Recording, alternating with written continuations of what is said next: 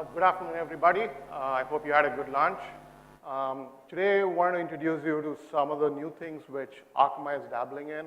I heard a lot about things like bandwidth is an issue in India, monetization is a big challenge.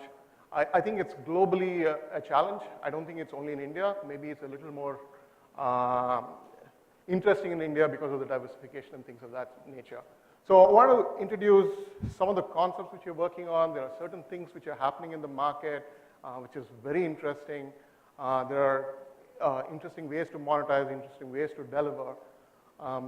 Let me just start with the first thing. I'm talking about extending the CDN to a device, but I just want to see a show of hands of, do everybody understand what CDN is? Have you even heard of it? Okay, a few of them. So maybe I'll also introduce what a CDN is as we go along in this thing. Let me start with something around mobile and mobile data. If you really look at it today, I think there's a huge penetration of mobile within the ecosystem.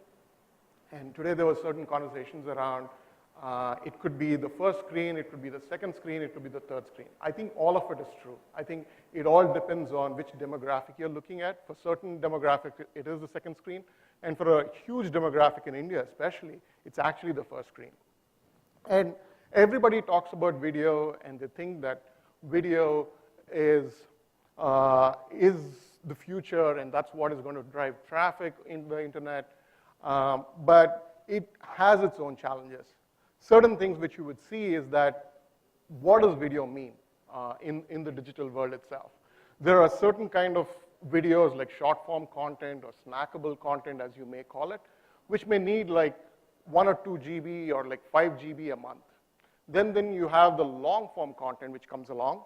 And this long form content means that you probably need somewhere between 10 GB to 25 GB a month. Then you have extended thing like binge users who actually go onto Netflix, who probably need more than 100 GB a month, right? And this has been a conversation which has been around for a long time. But can this be delivered today? And in India, there's been this whole notion that 4G is coming along and 4G will solve the world. 4G will solve everything for everybody.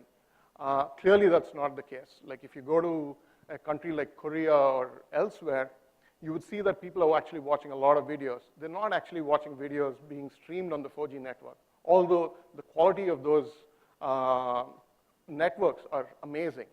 The reason being the data caps. The cost of delivery in any country, as far as I know at least, is too expensive to actually deliver video content in general, right? So in general, if you really look at the ecosystem, and some of the conversations which were happening in the morning as well was around 3 different components. One is the consumer. Clearly, there is a lot of pirated content, but there is a large population who actually would like to pay for something. We can debate about what the ARPU is on that, but they want a clean service with the right kind of quality so that they can actually have the experience which they watch on TV, the kind of thing which you get on the first screen. Then you have all these content providers who are building huge infrastructures, paying for all the licenses for the content, but they don't have a right mechanism in place to actually monetize it. I'm sure people are saying that, hey, today there is AVOD, and we all have to move to SVOD. But what does that really mean? I mean, if the quality of the video is not there, the quality of experience is not there, it's really going to be challenging in a market, just not in India, anywhere, to bring subscribers to your environment, to your ecosystem, and make sure that they're there for a long period of time, just not for the first month when it's free, right? And then the third part is the network operators itself. If you look at them really, it looks like a martini glass, where there is a point where they've been making money, and now they've got to a point where if you actually start watching more content, essentially their CapEx is going up, their OpEx is going up, but the revenue is actually dropping. So there needs to be some kind of an equilibrium or some kind of an economic model which has to come in place so that you can address those different kinds of demographics we're talking about. The ones who want 200 GB worth of consumption, and the ones who want like 10 GB worth of consumption, which is actually economical to the content provider, to the subscriber, and to the network operators itself, right? There may be 100 different ways to do it.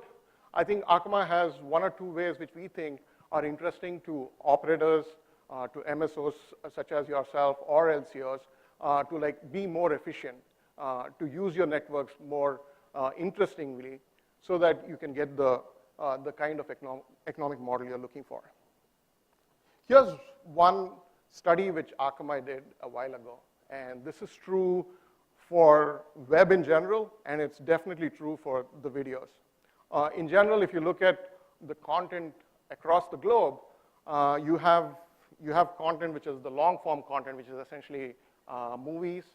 Then you have 5-minute videos, which are certainly the trailers, the snackable content, like cats just jumping around. People like to watch stuff like that, right? For all of that, the patience of the subscribers actually very low. What we have seen in our studies is that for short-form content, the patience is even lower. They probably, in 2 seconds or 3 seconds, they would like to move away if you actually can't deliver the content. And for long-form content, maybe they have a little more patience. Probably they can go till around 5 seconds, 7 seconds, and eventually they'll get to a point, they'll say, okay, forget it, this is not playing, I probably want to go somewhere else to watch my content. Maybe go back to the first screen, if you may. So this is a huge issue. And one of the other challenges we've been seeing is that a lot of content providers actually right now are moving in an AVOD environment, and they're hoping that they'll first start with the AVOD environment and then eventually move to an SVOD environment. And the biggest challenges we're seeing, at least in the AVOD environment, is they have all these beautiful workflows to actually put videos together and all that, but eventually they get to a point where they have to actually monetize it early on. And for funny reason, I don't know why it's true, but it's true in the digital world today, is the video or the ad actually is pre-rolled. It's played first, and then you get to watch your video. Somehow they've not understood what the rest of the TV world actually does, where you actually start rolling the credits, and you actually start the movie later, and then you latch onto the customer and then bring them back for an ad or whatever. Somehow that's not happened yet. So the market today is that the pre-roll ad has to be played because that's where the money is being made. And the challenge there now is that this ad is all around bidding. There are like 100 bidding engines. There are like different repositories which have to bring that all in. And by the time that entire thing happens, whether it's in a mobile environment, on a cellular network, or if it's on a fiber network, it probably takes 3, 4, 5 seconds just to like figure out which ad to play. And by the time you get to the point when this ad has to play, the ad gets played, and then the whole ad goes away, and then the real content comes in, it's probably around 20, 30 seconds. You've lost the subscriber by then, right? So all this needs to change. If you really want to keep that subscriber in the AVOD model, and hopefully over time, you actually transition him from an AVOD model into an SVOD model, right? I'm sure you've seen these issues, and this is something which needs to be resolved sooner than later if we actually have to go into the digital world. Now, in general, so in summary, what are the things which an end subscriber is looking at? They want to get videos. They want to make sure that the video is actually played through the entire session. They hate buffering. The circle of death is something which nobody likes. There is this whole theory around, which Netflix does extremely well, is around making sure that you actually give them relevant content as well, right? If I watch a particular video or a particular TV series, I want to be told what else is coming, which is more interesting to me. That actually helps with increasing your subscriber to be in the same ecosystem. The third part, and I think probably the most crucial part in India and in most countries, is the data plan or the data caps itself. What are the data caps in India? Like, as far as I've seen, there is a whole notion that in the mobile world, the average data usage is around 600 MB. and we've been talking to a lot of operators, the network operators out there. They're saying we want to bring that from 600 to 800, and they're putting video services to get this from 600 to 800. And I don't understand what that means, because in 600 MB or taking it to 800 MB, all you're going to get is like 10 minutes worth of video. Is that a video strategy which you want to actually go after, right? It makes no sense to me, at least. And I guess it doesn't make sense to them either, but the revenue they're getting because from 600 to 800 is probably beneficial to them, and that's why they're going after that, right? But in the fixed world, the whole video aspect and the amount of data limits which you can get to can be much higher. You can probably talk in terms of 10 GB, 100 GB, or maybe even 200, 300 GB. How can you make this all economical, right? One of the things which industry is moving towards to make this economical, to make this interesting for end users, is around offline download. What does this mean? Everybody has pipes, everybody talks about bandwidth, and what it essentially means is you build your network for your peak capacity. That's great, but what is your efficiency in your network today? It's probably around 40%, 45%. What if you can have a system in place which can actually use your network far more efficiently? Take it from 40% all the way to 70%, 80%. That will reduce your costs in many different ways, right? That's one part of the story which will help bring this whole video vision which everybody has to the market. The second part of it, which we're seeing, and it's probably very interesting for the MSOs especially, is around people expect videos to play like their regular channels. It's sort of inherent because they've been watching the regular channels for so long that the VOD service, whichever you want to provide, needs to look and feel like a linear channel in some ways. What does that mean? So that means that if on your UI or on your screen, on your big TV or whatever you have, you actually click through things, you may have a channel which is linear, and you watch it like if it's ESPN or something of that sort. Then you want to go to a VOD, and then you click on that, and that plays instantly as well, right? It should not take 15 seconds or 20 seconds or anything of that sort for them to like get a seamless experience between the two, right? So that is sort of the expectation which they have. And one of the things which you can do to make all this happen is that if you have an understanding of your subscriber, you know what kind of content has to be played out. And if you have a small system in place which can actually store 5 seconds, 10 seconds, 25 seconds of the video on the box itself, whether the box is a set-top box or if it's a mobile device, on the mobile device itself, you get that instant experience. So essentially, what does it mean? You click on a video, it plays from the device itself for like 10, 15 seconds, and then it latches on to the network wherever it has to come from, and then you get the entire video to play. So that is the kind of seamless experience which people are looking for. And you might have seen this with Facebook, actually. Facebook is doing a little bit of this, where on your page, essentially it puts in like 10 seconds or 15 seconds of it, and when you just click on that, it just starts playing. You actually go into an airplane mode and see what's happening is only those 10, 15 seconds it can play so well. But that's a very good way to cheat the subscriber, to tell them that, hey, this is there for you, and it's there for you in such high quality from the very beginning, rather than it takes for some time for you to actually figure out what your network is, what your speeds are, and stuff like that, right? And that's something which Akamai has been working on for a couple of years now. We've gone one step further in some ways. If you look at YouTube today, YouTube is all about YouTube offline.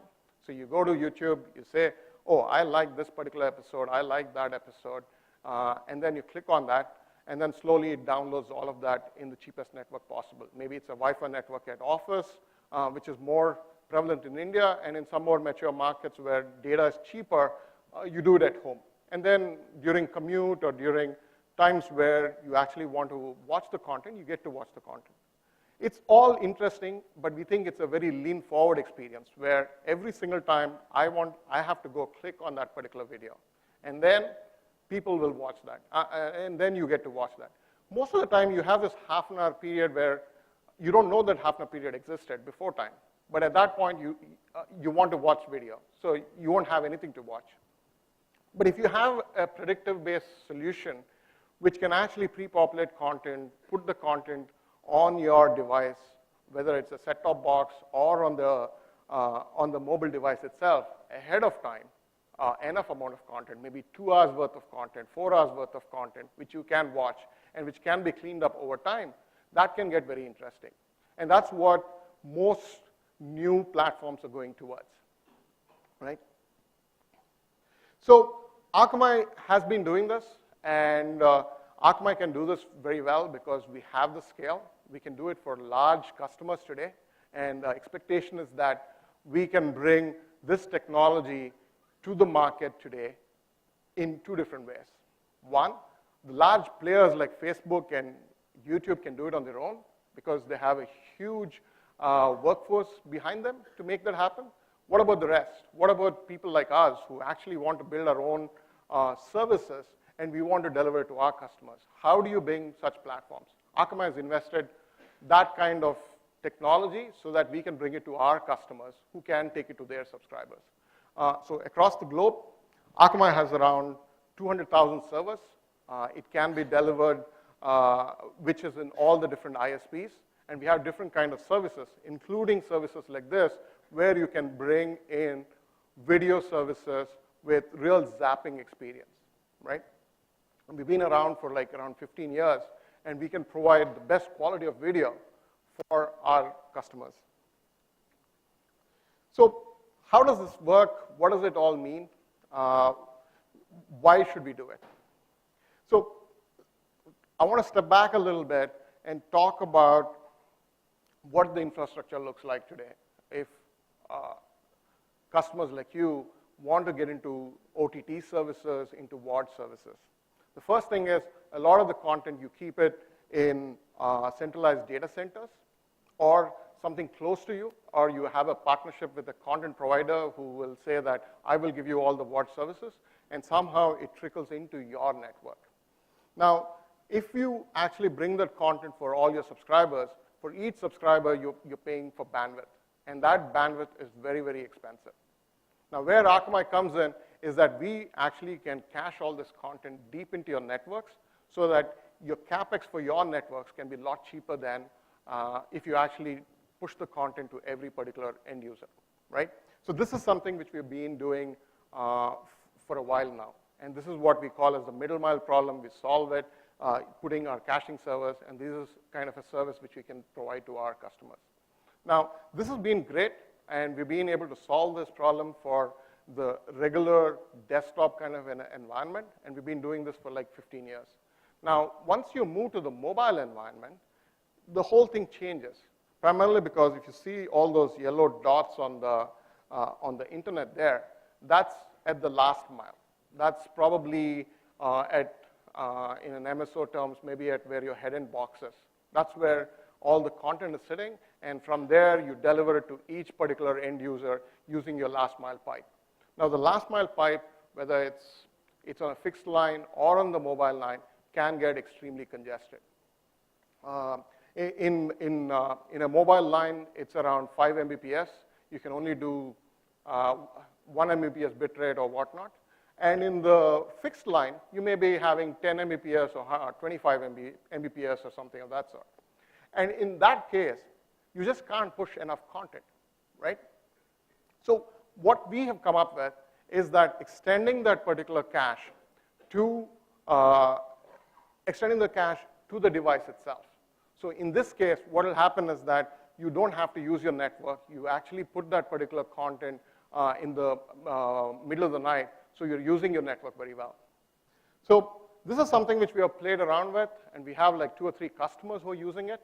One of the customers is actually an Indian DTH operator, and the main use case for them is that they want to have an OTT strategy which actually works for their set-top box, where they're using the public broadband network. We push the content in the middle of the night. We push relevant content in the middle of the night so that when you're using the VOD service and you click on a particular video, it actually plays. The second part is they're actually having a companion app as well. And on the companion app, which is basically a mobile app, you can do the same thing. And you can have connectivity between what's happening on the set-top box versus what's happening on your companion device. Essentially, what does it mean? You probably watched half a movie on your set-top box on your TV, and now you want to move to the device. So you can continue from there. So those kind of services can be provided if you have a solution like this, right? One extreme use case is an airline operator as well, who's used the same kind of a service where they push all the content to a device ahead of time. And when you're on the plane, you can actually get to watch that whole content, right? So this is a platform which we have built over 2 years, and we think that there are multiple use cases which can come where essentially you're helping the operator save costs because you're using the network more efficiently when you're using it in the middle of the night, and providing better experience to the subscriber itself, right? So those are some of the things which we're playing with. We have an entire team out here. We could actually show you some demos after this particular session. We'll be happy to chat with you on that as well. With that, any questions? Sure. There's a question here.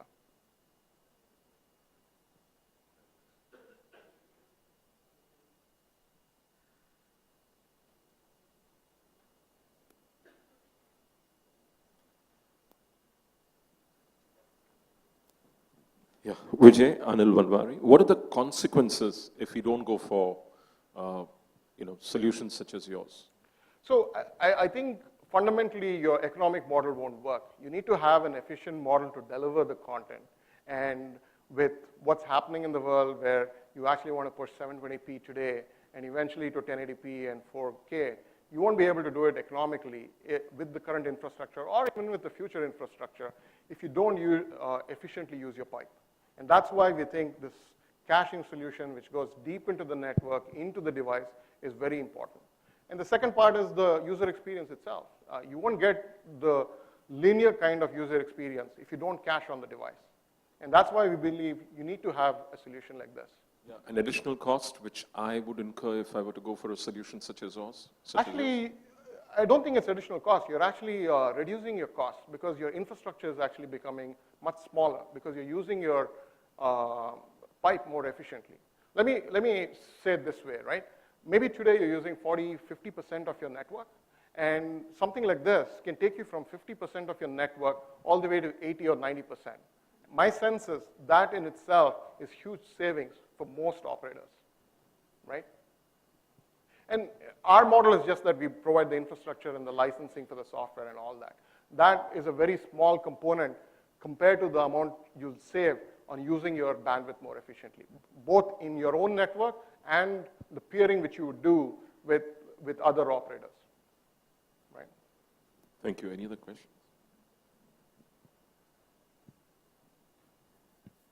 Anything else? There's one on the back there. Yeah, hi. Can a mobile storage capacity determine the success of this technology? Absolutely. There's no question about that. So you're dependent on a 64 GB mobile, so a 16 GB handset or a 8 or a 6 GB handset won't give you the results that a 64 or a 120 GB handset would. Sure. Yeah, absolutely. So it all depends on how you look at it, right? There are two parts to it, as I was saying. There's one part which is your experience part of it. The other part is the cost part of it. So for a lot of we have a mechanism in place which actually looks at how much storage you have and how much of it we should be using. We believe, and we've done this for a long time, with 1 GB of storage to cache something, we could get anywhere from half an hour to 2 hours worth of content, depending on the bit rates and the kind of codecs which you use. My sense is 2 hours worth of content is extremely good. So 2 hours a day, where you're using it as a caching mechanism, you put all the content there, he watches it during the day, and then during the night, it actually gets purged and new content comes in. That's where I was saying it's a lean back experience, that everything has to be done automatically. If it's that I download content, then I delete content, this is not gonna work. But if it's the part where you say that it all happens inherently without the subscriber knowing, then it's pretty straightforward. The second part is if the storage is not too much, you can put only 25 seconds worth of the content, and then you get that, that instant gratification kind of an experience. And then go to a part where if they have more storage, download more. So all that can be played with, knowing what kind of a device they have and how they're using it. And my sense is, like if you've seen what the iPhone is, I mean, they've dropped all the small ones. They've gone to 64, they'll go to 128, and generally what I see is that if iPhone does it today, an Android device will do it two years after. Like an iPhone 5S and a standard Android phone today is probably on par. Obviously, it's not an iPhone 7, but it's on par. So in 2 years, what iPhone 7 is, you'll get it with a standard Android phone. But the penetration of iPhone, we all know, is how much compared to the Android phones in No, India, at absolutely, least. absolutely. I'm not denying that. All I'm saying is that whatever iPhone does, most of the Android devices are probably a year, 2 years away, right? So it keeps going up. I mean, I've seen reports where Samsung has a 128 GB SD card. I believe it was like 100, 200 bucks like 2 years ago. They're selling it for like 20, 30 bucks today. I'm sure in time, even in India, it'll be the same thing, right? Thank you. Sure. So that's the thing, which you don't really need that, because a lot of the content which we download is actually happening in background. It's essentially when you're plugging the cable to your phone in the middle of the night, you're sleeping, it's working for you. So you don't really need a lot of processing power to actually download the content, right? We are just trying to download the content, making it all efficient, keep it all ready, so that during the day when he's actually traveling or going to work and he wants to watch something, it's already there on the device. In fact, we're actually reducing the CPU power needed with a solution like this. We've long forgotten. Yeah, about because we feature still phones. have feature phones in India. So. Yeah, we don't have a play there. I think we've been doing it for 2 years now, and we've seen that most of the content providers and the subscribers are 80% already on Android. And by the time everybody falls in line and builds solutions like this or uses them, we believe 100% will be only smartphones. You won't see feature phones. And how can cable operators and MSOs make use of your services? So the two big things which we can help with, one is that we can help caching on the set-top boxes, providing caching solutions deep into your mobile, into your networks, so that you can use your networks efficiently. On the set-top box as well, if you have a Linux implementation, we can bring this kind of technology into it. Second, if you're also having a solution where you want to put a mobile app or something, we have the entire infrastructure in place to like build those kind of solutions, which only big players are doing today, right? And you're not really concerned about scale and size. You're okay with working with a small Absolutely. 2,000. Absolutely. I mean, the way I look at it today is that in India, we probably hit 200 million subscribers. We have to get to the 1 billion mark. And if you want to get to the billion mark, my sense is you have to go ISP by ISP, MSO by MSO, LCO by LCO. Only then you're going to hit all of them. Otherwise, as the DTH providers have proved, you'll hit the top tier and that's it. You'll probably not penetrate beyond that, right? Thank you. All right. Anything else? Thanks for your time.